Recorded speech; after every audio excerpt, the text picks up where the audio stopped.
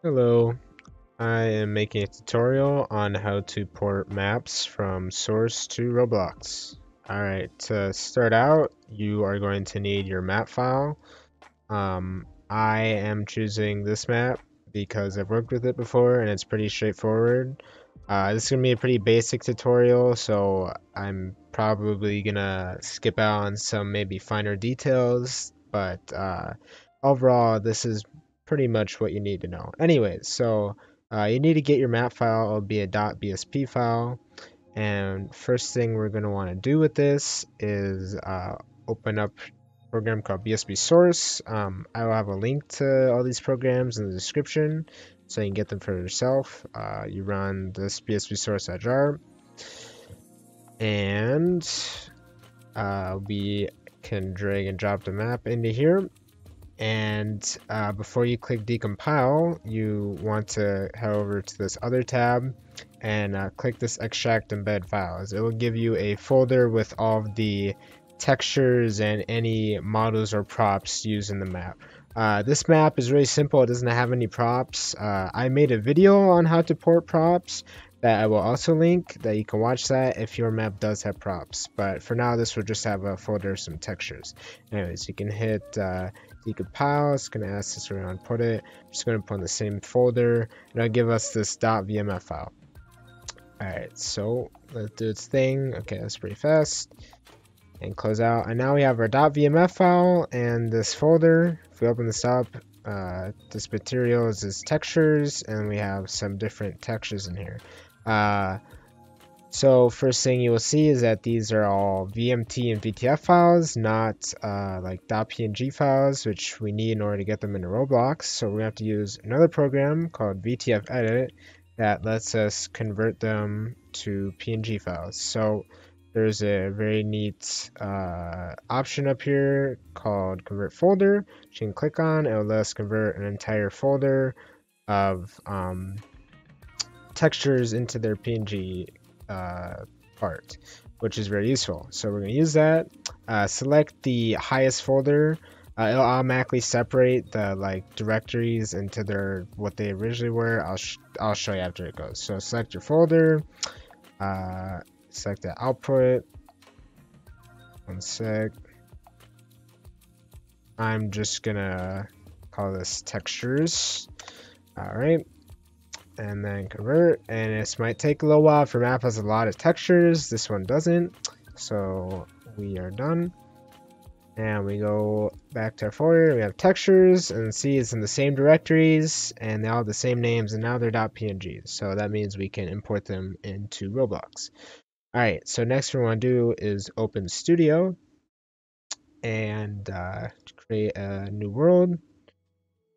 And we are going to want to launch this plugin. So I have a slightly modified version of this plugin that basically it won't draw certain parts from the source map if they have textures with certain names, and one of those is any texture with the name dev.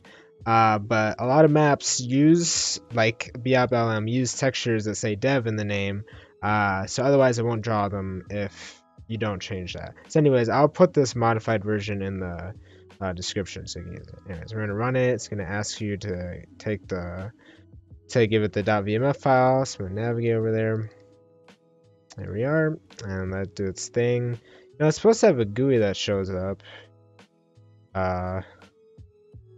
So I'm gonna be honest, I don't know where that is, but that's okay.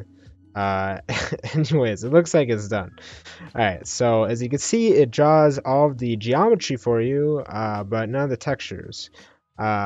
So that is very nice for the geometry, but you do have to basically texture everything yourself, which is, I'll do that for a little bit here. I'm not going to do the whole map because it would take a while, but anyways, so you can see it creates this little world model, which has everything inside of it. And all of these parts are the different parts in the map. They all have their own name. So in order to put our textures into here, you have to publish the game to Roblox, which I'm going to do real quick. Create place. Give it a minute. Make it time. Okay. All right, and then you can click this. And also, if you cannot see this tab on the right side, what you have to do is click on View and Game Explorer. So that is what will open this. All right, and import, and we can just go to our map here, our textures, and we'd want to import all these. I'm just gonna import these textures for now because that's all I need for the most simple stuff. All right. So next thing I want to do, you have. What I would recommend is being able to open the game both in Counter-Strike Source and also in Hammer, which comes with Counter-Strike Source. So if you don't know how to access Hammer, what you can do is you need to navigate to basically your directory for where Source is installed, and Hammer will be in there.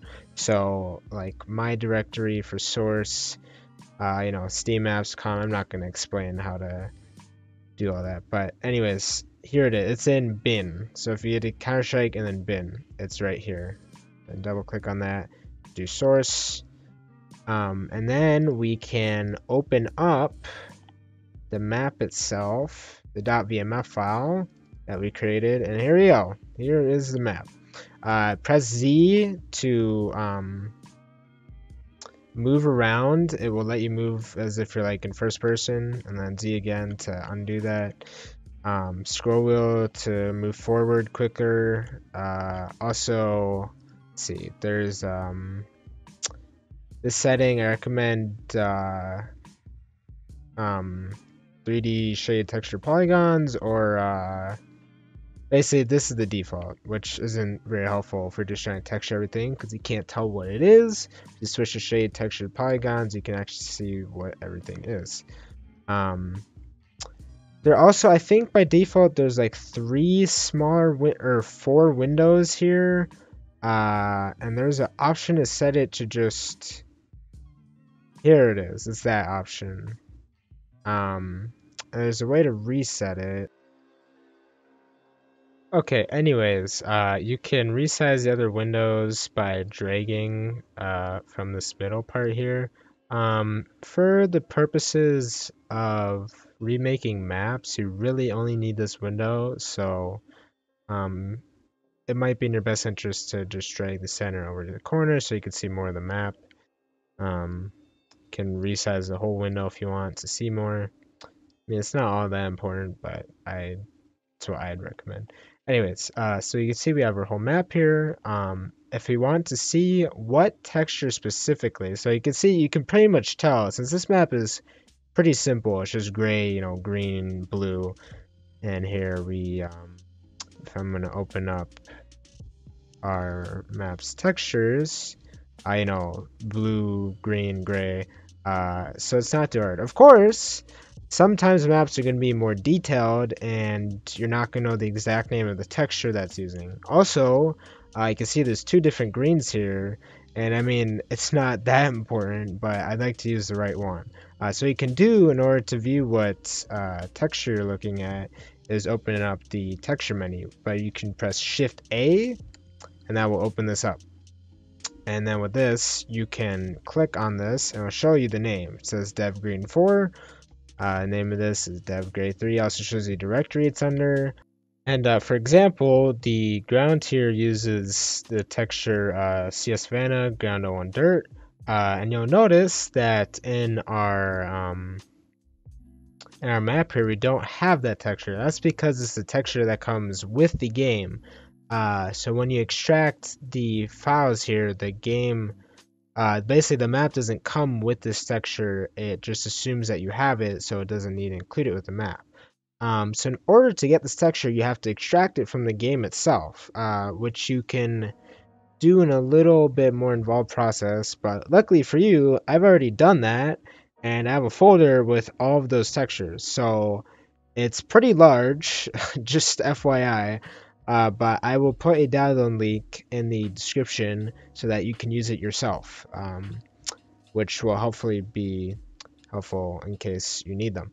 Anyways, So you can use our Shift A menu to view textures. So I see that this texture is Dev Gray 3, and I want to put that on my map. So remember we import our textures here, and they all have the same name. So I'm gonna look for Dev Gray 3. The other thing is, so for this map, since this texture is flat, I can just use it as a decal, and it's not really a big problem. Alright, so I can just put it here to have our decal, and a very useful shortcut that you will probably be using is in Roblox Studio is Shift Control V. So basically, if you hold on a sec, I'm going to just move this stuff all out of a model here so it's easier to work with. Alright, so what am I doing? Oh, okay, I forgot. Sometimes when you import this stuff into Roblox, it will all be locked, which means you can't edit it. What you can do to unlock it is you go to Model and you see this Lock tab, and then you click Unlock All. Alright, so now I can actually select all this stuff. Anyway, so as I was saying about this code, Shift Control V is when you select the object and then press Shift Control V like I did right now, it'll let you apply the decal directly onto that object with, and it's basically the fastest way to do that. So I can go around here and do that to all these. I don't even need to have them selected. As long as I press Control Shift V once, I can just keep on pressing it and it'll just automatically apply it to any object. Alright, so I'm not gonna keep on doing that, but it's pretty obvious how you'd go about doing that. Alright, anyways, for more complex textures, for example, let's say I wanted to texture the ground. I know I said I wasn't going to, but for this example, I guess it's probably important.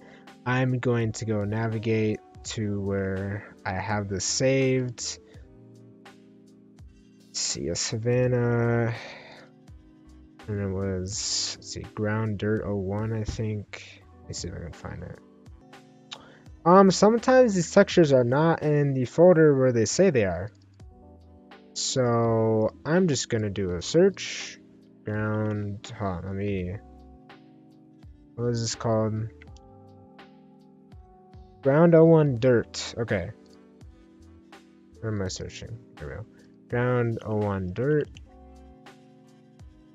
And here it is. I'm just wondering where this actually was. DE Aztec. So not the map, but that's okay. Alright, so we can go import that in there. And since this is a texture and not just a flat color, we're going to want to use it as a texture. So we can select an object and I'm going to add a texture to it. And I can right click on this, do copy ID, and then add it here, and then there we go. There's a beautiful texture. You will notice it is smaller. The studs per tile is pretty low, so it repeats a little more than it should. Okay, to relate it from source to Roblox, what you want to do is look at this texture scale. The majority of textures are just going to be a square that's 512 pixels by 512 pixels. If the texture scale was 1:1 for both of these, in Roblox that would be 32 by 32 studs. Just keep that in mind. Since this is 0.25, that's a quarter. A quarter of 32 is 8, so that means this should be about 8 by 8 studs. And it looks a bit more similar. Okay. Yes. Okay, and you will note that this ground in particular, I guess I'll talk about the ground. I know I wasn't going to texture this, but I guess I'm going to. The ground for this is a bunch of triangles. So that's great, but that means you have to texture a ton of triangles. Luckily, So these are pretty common. Was what the plugin will generate these displacements made with a bunch of small triangles. And what you can do is the triangles really you only need texture two sides. So I'm going to put a texture on this side and a texture on the bottom. We Control Shift V. There we go. So see, we have two textures here, and we're going to apply these two textures to every single triangle on here. Luckily, this map, the ground is all the same texture, and so all the displacements need the same texture. Now, if your map is more detailed, it might not be that easy, so just keep that in mind. But for this map, it is pretty easy. So, fortunately, all of our displacements here are listed. I think that's it. Just make sure. Yep. So I'm going to basically select all of these. Oh yeah, that's another interesting thing. Okay. The plugin makes these edges, which basically don't serve a purpose. Like, they're invisible and they're non-collide, and the plugin doesn't delete them, which is really weird. So I recommend you do, because this will save quite a bit of parts, is you delete all of these edges. This would be relatively easy to write a script to do in case you have tons of displacements. You would just check for any model named edges and delete it, basically. So that wouldn't be very difficult. Alright, anyways, so now we have our displacements here, right? We're going to select all of them. And then select children. And then select those children. Okay, so this is every single triangle we have selected here. So now I'm going to press Shift Control V, and the studio's probably going to lag, and then hopefully it will go through. Since we're copying so many textures to so many different parts, this can take a while. If your computer can't handle it, you can try selecting less parts at a time and then doing them more gradually, but my computer can barely handle it. So what I'm going to recommend you do is not try to, you can click outside the world and would deselect whatever you were clicked on, but for whatever reason that's a lot slower than just going into this explore window and then clicking on the edge. I don't know why, but it is. Alright, anyway, so this whole thing is textured. So that was very easy. Alright, so next, so you know how to texture everything, and you know how to import textures, and that's pretty much most of the work. I'm going to go over some more details. Next detail I'm going to go over is unions. So basically, when the plugin sees a complex object like this, where it's not just a block, see, for whatever reason in the map it cuts off at the edges. It's not actually just a rotated block, it's actually a complex object. It will make a union, which is great, but for our purposes that's not very useful, because there is basically in Roblox bhop, the physics engine treats any unions, treats their collision like this collision box you see right here, this blue outline. That's the collision that you'll have in game. And you can see here, this is not accurate to what it should be. It extends way further on this one. This one goes way higher, so that's not alright. Basically, what you would need to do is make the collision yourself, which you can do two ways. You can do it by remaking this whole thing, or by adding invisible parts inside of them and then coloring the unions and leaving it at that. Which one is easier or most effective is going to depend on how complex or specifically what type of union it is, and it's up to you to make that decision. I'm not really going to go over how to do that. I mean, really, you just have to try and eyeball it a lot of the times. I mean, I recommend using like building tools by FX to do some of the stuff, but whatever you use is up to you. Anyways, so keep that in mind. Unions, you will likely need to replace them. And like this is a union. But this one, fortunately, is pretty accurate. But I would recommend basically just check like every union, because there can be some that don't look like unions, but turns out are. Like, for example, cylinders. Those get imported as unions, not as cylinders, which is annoying, which means you basically have to like replace them with cylinders, right? Which is awkward, but that's just how it is. Okay. All right, moving past that, probably next most important thing is lighting. So a lot of source maps have, well, basically every source map has its own skybox, and luckily, oftentimes the skybox will come with the map, and we have one here. So what we need to do is import these textures into Roblox. Excuse me. Which I'm going to do real quick. Hold on, let me find this. Alright, select all these. Alright, so I'll wait for these to upload, and while I'm waiting, what I can do is create a sky object, and this will, whoops, I'll actually add to this lighting part here, so your sky. I'm going to add the sky object, and what I can do is I can replace these textures with our skybox textures we have here, and you can just look at the name. So this one says BK, it's back, so I'm going to look for one that says BK, it's right here. I'll just go down the list and replace all these. There we go, we have our own very beautiful skybox. You will note, if you look carefully, there is an extra sun here. That's because Roblox adds its own sun. Now, if you don't want that to show up, which you probably don't because it looks weird having two suns, is you can uncheck this box. Alright,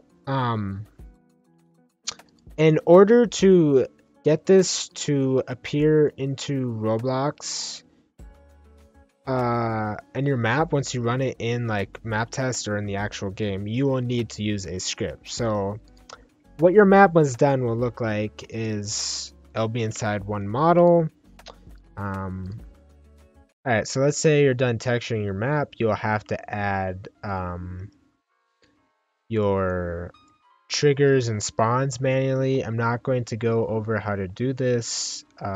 It's pretty simple. Trigger 1 sends you to spawn 1, trigger 2 sends you to spawn 2, etc. That's pretty much map making 101. Anyways, I'm not going to go over how to make a map. This is about porting maps. So anyways, once your map is all done and ready to go, so for your skybox that we're talking about here, what you want to do is put it inside your model and then add a script. This part is important. This part is what puts the skybox inside of the map once the game runs. And you can test this inside Studio really easily. Is you head over to this test tab. I guess you can do it from home as well. There's a drop down here. Just click run. Let's do this thing. And then if your scripts are set up correctly, your skybox would be in the world once you load it. And your lighting might also be changed if you did any lighting changes. Real quickly, I'll go over lighting changes. Basically, there's no perfect way to do them. When you import, when you use the importer, the script, the plugin, it will give you recommended lighting options, but it will change this lighting part right here. In order to get them to actually function in your map, you need to write a script that changes them. Luckily, this is pretty straightforward. You can just look at this, and that should pretty much tell you how to do everything. I create, a variable just refers to game.lighting. You don't need this. I could write game.lighting in front of all these instead and it would work the same. This is just, easier to write. In order to change ambience, it expects a color 3 value. And then if you do .from RGB, you give it 3 RGB values, like the ones listed right here. I can just copy paste them into here. Simple as that. And you do this for your outdoor ambient, and then you also, I mean, you can mess with these other values whenever it looks good. You will probably, if you want to get like the shadows looking very similar, you will probably need to mess with it and just move this sun around until, or well, yeah, basically move the sun around, because when you change clock time, like I'm gonna do right now, it moves the sun around, and that changes where the shadows come from, right? Um, so you can experiment with that and get to a point where it looks good, or you can be lazy and not mess with it. I don't know, whatever works for you. Anyways, so that's very like lighting tutorial 101. You know, I made this map like a while ago, and I've actually changed a little bit how I go about lighting. What I found tends to look better with lighting from going from source to Roblox is a slightly different method from what I do here, which is you take this outdoor ambient value and you go a color shift top and you set equal to that. And I'm just going to make this brighter and probably a little more subtle. But this basically, what this does is it changes the color of what the sun, of basically of the outdoors is what it does. This basically makes the sun a little warmer since I'm using a like yellowish tint. The default value is basically white, whereas this value that I'm using is a bit yellower, which I think looks a lot nicer. And the probably the best way to compare between Roblox and Source is to open the game in Source and just eyeball it. That's what I found works the best. You can take the values that it uses straight from Hammer. You have to find wherever they, oh whoops, I went the wrong way. You have to find wherever they stored a certain few objects. I think this is it. So this is like light environment. Let me. And you see here, this is brightness. This is about equivalent to your outdoor, or what your color like top should be. This color shift value should be. You'll note this is it's a bit oversaturated in Roblox, and that's just due to, that looks a little different between the two games. I'm gonna tone it down a little bit. But that looks a lot nicer. You sort of have a couple other options. So I guess very, very quick lighting tutorial. I'll go low. I know this video is kind of running all around at some points, but whatever, deal with it. Okay, outdoor ambient is shadows that you get. It's kind of weird. It's both how bright it is outside and like how bright the shadows are casted by the sun onto blocks are. Whereas ambient is the shadows mostly indoors and shadows casted by blocks onto other blocks. It looks weird. The description probably doesn't make much sense. What I recommend you do is you just tweak these values, which is really easy. Just click on it. You can slide this up and down, change the colors, and you can see how it looks like straight in game. And I recommend you mess with that until you get something that looks good.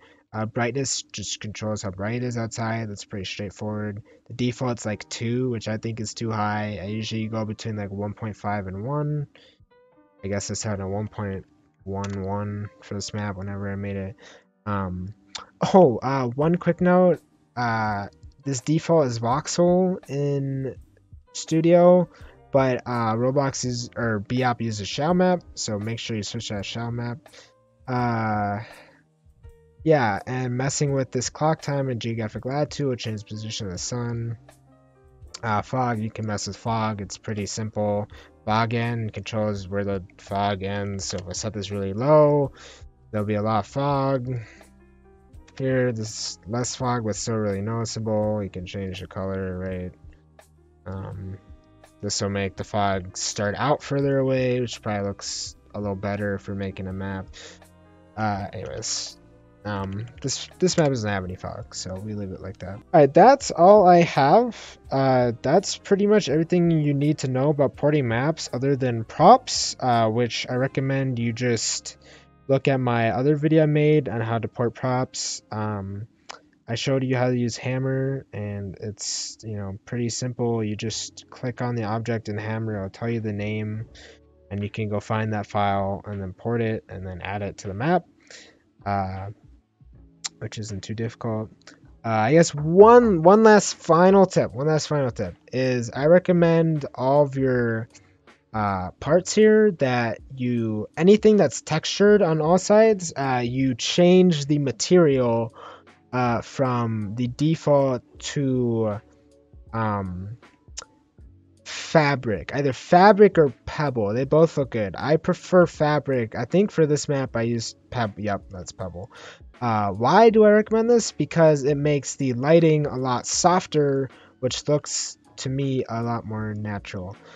Oh, and final note, and this is more of a general tip for Roblox maps, but in bhop, there is a weird sort of collision issue where if you have two parts that are immediately next to each other that are the same height, if you jump in between here or on top of both of them at the same time, sometimes you'll get bounced into the air and you'll lose a bunch of speed, which is not fun because that's not how it's supposed to work. So how do you fix this, you might ask? Well, what you need to do is basically make an invisible part inside of it that matches the whole thing, that is can collide true, and then set all the parts inside to can collide false, and that will fix your collision. It's just can be very tedious, especially with this map, because like if some of these platforms are not sized like you'd expect them. It's really, I don't know. I guess it's kind of hard to explain, but like this one, like 24.192, 24.19, what? I don't know, man. But anyways, so I recommend doing that unless you want people to hate playing your map. Final tip. The default scaling that the plugin uses is 16 hammer units per one stud. Hammer units being the unit in source, and stud being Roblox studs, that unit used in Roblox. That can also be, yeah, so basically in bhop that's a bit too low. So what you want to do is resize that to something larger. The easiest way to do this is, once you have your model with all your parts in it, is you get this plugin called Model Resize, which you can find on Roblox plugin, whatever, wherever it is. I'll put a link in the description. Is you select your model, you click toggle GUI, and then you just add in a percent. You can do this up to feel, whatever feels best to you. What I've been using is 115.2%, and that is if you use the ratio between walking speeds in both games, which is 250 hammer units per second in source and 18 in studs per second in Roblox. Basically, if you do the math, it ends up, the rescale is you get 115.2% larger. So I would just click resize and would rescale it. Something like 120 might feel better to play, because in Roblox you gain a little bit faster compared to your walking speed, it seems. So just keep that in mind. Play with whatever resize looks best to you. So like if I click this right now, it makes the whole map larger. I already rescaled this since this is the finished version, so I'm not gonna do it obviously, but I think that is it. A lot of the stuff I recommend you just mess around with until you get something that you think looks good and just going with it. Overall, porting maps, it's not very hard. It can just be tedious in certain points. And if your map has a lot of detail, I will note that can make it very difficult, I guess. So I'd probably stay away from maps that are super detailed. But any map that's simple is going to be pretty simple to port. Um, Alright, that's about all I have. I know this was sort of jumbled and not the most coherent tutorial I could have put together, but I just decided to do this in one go, and this is what I got. So you're gonna have to deal with it. Alright, anyways, that's all I've got for you guys. Thanks for watching.